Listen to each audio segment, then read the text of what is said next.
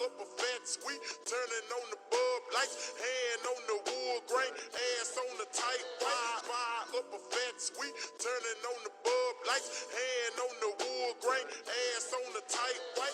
Fire up a fat sweet, turning on the bub lights, hand on the wood grain, ass on the tight wire. Fire up a fat sweet, turning on the bub lights, hand on the wood grain, ass on the tight wire. Fire up a fat sweet, turning on the bub lights, hand on the wood grain, ass on the tight wire. Fire up a fat sweet, turning on the bub lights, hand on the wood grain, ass on the tight. I got my hand on the wood grain, exotic got my nose. This a H-time culture, watch the trunk do shows. 84s everywhere, looking like a car show. In a single file line, watch the neon lights glow. All you see is double cups.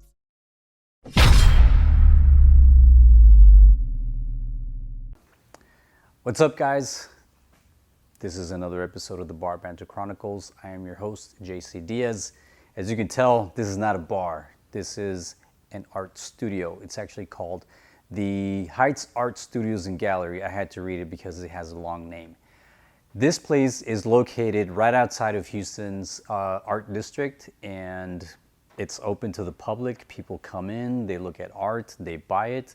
There's a tattoo studio down the hall. There's a glass art class studio. If you guys want to come and check it out, please do. But today we are going to interview an artist. Her name is Rocio D Monserrat Villegas. She's got an awesome backstory. We talked about how she got started, some of the challenges, and some motivational pieces that she'd like to share with some up-and-coming artists. If you're an artist that wants to, listen to some good advice, please tune in. Without further ado, let's get started. Don't forget to hit like, share, and subscribe. All right? Peace. Monserrat. Hey. Hey, thank you so much for coming to the very first ever episode of Houston Artists Featured Artists. It's something that we want to have moving forward, and after the open gallery event that we had, we love your art, the way you express yourself, and just your whole persona was amazing. And I wanted to ask you a few questions so people can get to know you and buy your stuff. Okay. First of all, I want to say thank you so much for inviting me. It's an honor. I'm the first one. Yay! Yeah. You're laying down the groundwork for everybody else. Ooh, that's a lot of pressure. You're gonna be fine. Okay. You'll be fine. Okay. Cool. Anything else you want to add? Because these questions are gonna be tough. Oh Lord. No, I'm ready. Okay, Yeah. Cool. First question is, what is something that nobody, like not your family, not friends, nobody knows about you? You put me in a tough position there because I'm a very open person. Like people that work with me, people that know me, I'm very crystal clear. Mm-hmm. So I don't know what to tell you, but I can tell you a fun fact. Okay, cool. Okay, so I love singing. Oh, wow. Yeah, but I sing like they're killing a cat. Oh, wow. I sing terribly. It should be a crime. Like for real. Have you done karaoke? Like a couple of times. Oh, there you go. No, but it's really bad for real. But I don't care. That's the funny part, that people that know me, I don't care. I'll be singing at the office and everywhere, but I feel bad for them. But it is what it is. No, I'm sure you sing beautifully. That's cool. Nobody knew that you sing. So yeah, out of my heart. That's all you get because. Cool. Awesome. I can't wait to hear you at a karaoke night. Houston Artists Open Karaoke coming soon. Right. She's going to be the first to sing. Bring some earplugs. And then me. And everybody knows how bad I sing. So, cool.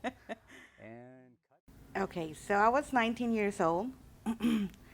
I was always having the curiosity of art. Mm-hmm. I did a few things here and there, but nothing really important. It was nothing really to talk about, but my grandmother, Elvira, who passed away, I was her caretaker. Oh, yeah. sorry. So that left me with a lot of questions when she passed away, life and death questions. Mm-hmm. So I was like, did she live with any regrets? So that made me think, you know what? I want to do something for me. I want to do something that really makes me feel passionate. And I decided to to go to art school, and that was it. It was just that moment of it was like an epiphany, like you have to do something. Wow. Yeah. Your inspiration. Yes, definitely. That's She's one of my first inspirations that I had. That is Yeah. awesome. Cool. Do you remember what piece you created? Aquellos This ojos one? verdes. Yes, that's the name. Ojos verdes. Aquellos ojos verdes. Aquellos ojos Yeah, verdes. which is based on a song that it was her song because she got green eyes. Okay, cool. And this was made for Day of the Dead. It was made in school for Day of the Dead, but I didn't want to make anything that was, very direct or obvious. So I decided to dedicate the piece to her, and it was kind of like my goodbye to her. Oh, I wow. wanted to close the cycle of mourning for her. Wow. Yeah. That is amazing. I mean, just looking at it, first glance, I've never seen this one before, but all my attention goes to the squares in this. It looks like a building that the walls were torn down. Yes. It's got a mirror, and the tree is dying over there. What's the meaning behind? The water is, the song says aquellos ojos verdes, serenos como el lago. So those green eyes calm like the water. So I created, first of all, a lake, a very calm lake where, to me, I felt like she was resting in peace. Oh, She was wow. happy. Yeah. And then the shore, it's like a little bit darker place because that's my way of saying I'm sad. Yeah, you mourning. I'm mourning. This Yeah. this is sad for me, and there's the reflection on the mirror. There's some stairs that go up and down, so it's kind of like that balance between depression and being happy at the same time. Wow. And the tree, it's very iconic for me because I used to do that a lot. It's like a wire tree, and it has like the little lines of the I don't know how you call them, but when the monitor when you're alive. Oh, The yeah. hospital, like the little peaks. The heartbeats. Yeah, goes- that's what it okay. represents. Yeah. Oh, wow. Yeah, I see that. and it's- Wow. Now that you explain it, it gives it a whole different feel to it. It's very emotional. Yes, it's very That's- emotional, It's and very nice. And I I love it. never bring it to shows Really? because it's not for sale. Oh, it's yours. This It's is mine. your- It's mine. It's mine to have it forever, and that's why I don't show it because It's I don't want it to personal. sell it, right? Yeah. But that I makes wanted sense. to bring it so YouTube can look Well, at it. I appreciate it, and I thank you for bringing it. It takes me to another land, and when I look at the details and I look at the mirror, it makes me think like, what does this represent? And now that you explained it, it's deep. It's your whole emotions Yeah. going through that whole process. Yes, That's- definitely. That is amazing. Thank you. for that. I Yeah. appreciate it. Cool. Question number 3.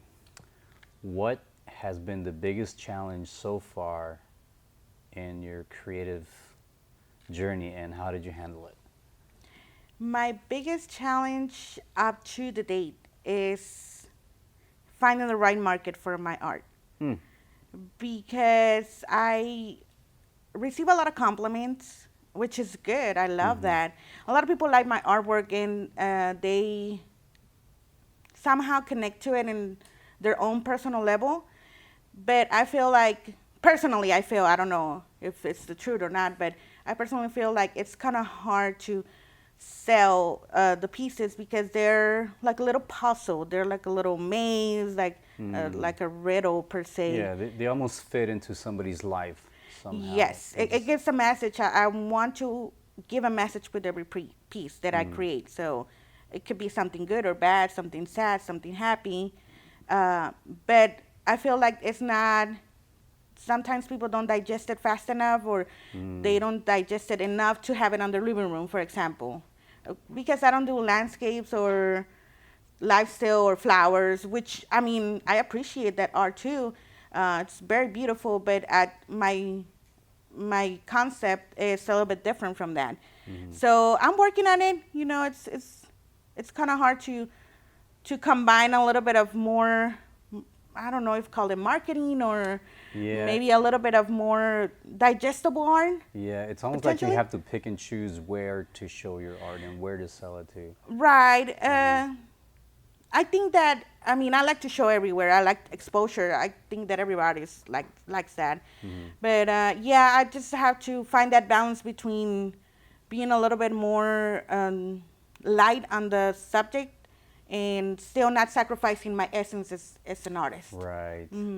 It's almost like when you see all those art pieces at like a Ross or Marshall's, those pieces could, I mean, even though they're nice, you can put them in your living room and Right. you just like, oh, it's nice, it looks good.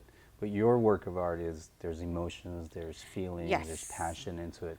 And to find the market for that, I can see your point. Yes, I it's, see it's, that a, it's a little challenge. bit challenging, but you know, it's not impossible, of course. Absolutely, yeah. Somebody's gonna be like, man, I love this. Like, if I could buy it, I'd buy it. Yeah, cool, awesome. Question number 4. Who is your mentor, your coach, your inspiration? I'm going to give it to all my professors at my school. I went to school in Monterrey, Mexico. I went to Ciudad Alfonso Reyes. So, yay to them. They were all great. All my professors were really good. Profesor de la Paz, Profesora Hilda, Profesor Paco. Shout out. Yes, Shout out to all to these them guys. and all the professors at Cedar. They're amazing. They really know what they're doing. Yeah, I have a good program. Like, Yes. I've heard internationally, Yes. they're good. Yes, they're really good. I learned so many things, so many techniques. But I also want to, I mean, I guess I already said it, but my inspiration overall, it was like just my grandma. I started with my grandma, so I guess she will be part of the shout out. Wow. Yeah. Cool. Good deal. Next question. What advice do you have for any aspiring artists out there? Or you want to say something that no one told you when you started that you wish they had? I want to say no one told me not to compare myself to other artists. Wow. That is Because deep. that was a big thing for a Yeah. while for me, and I stopped painting for about 10 years because I really was comparing myself to other artists. Because there's people that do all kinds of techniques, like the people that paint like really realistic paintings. Maybe I could do it, you know, if I practice enough, but in reality, it's not my thing. It's not what I want to do. But I kept comparing myself to, oh, that person is better than me. That person has really cool technique. That art is this, that art is that. And at some point, I thought that I was not good enough to get to their level, but I don't need to get to anybody's level. Yeah. The only person that you have to be in competition with is yourself. I think so, at least, because comparing to yourself to others, somebody told me one time that there's always going to be somebody better than you all the time. And that doesn't mean that you're a bad artist or a bad whatever you are, whatever is your profession. So, yeah, guys, just be yourselves. Don't try to compare yourself to anybody. It's just a waste of time. It really just be yourself. Yeah, that's really good advice. And it's kind of disheartening that that nobody told you made you stop painting for 10 years. Just imagine Yeah. if you kept going. Yeah, and how much, totally. Pieces of art you would have Yeah, created. so yeah, I just think that I learned how to love my own artwork, and if I want to be better, I'm gonna be better than last painting, not than another person. Wow. So yeah, just stay true to yourself. Don't try to compare yourself to anybody. Being original. Be yourself. Yeah. Yeah. Easy question. Okay. How can Finally. Kidding. how can people find you on social media? Okay, so Facebook is Art D Monserrat, and IG Instagram is art.d Monserrat. Yeah. Just follow these handles and you can find her. Next question is tell us a message or a quote that you say as your thing. Like, Okay. what is your My saying? fiance Trey will say, all that jazz. Did I say all the jazz? All that jazz. But I'll say I catchy. just started recently saying that, so that doesn't count. Okay. I use a lot of like old Mexican phrases, you know, like that Okay. abuelitos, you know, grandparents, and my aunts sometimes say. But one that I really like is it says, "Mujer precavida vale por dos." So it's kind of like a woman that is precautious, ready, that has a plan B, is worth for two. So, ladies, mujer precavida vale por dos. That's good advice. Nice. And last question. Any parting words for the audience? What message do you want to tell? And first of all, I want to say thank you all guys for this interview. It's awesome. Had a lot of fun. Thank you to Houston Artists Official. You guys are awesome. Shout out. Yay. Carolina, Check you're out their website and all. I want to say, like I was saying, just be yourself. Like, honestly, be yourself. Don't try to be anybody else. It's just too much work, and there's no point. And stay weird, my friends. Nice. I love it. Guys, that is it. Hope you enjoyed it. We are going to keep doing these interviews with other artists, shakers, movers in Houston, and stay tuned. We love you guys. Stay true to yourselves. Peace. God bless. Bye.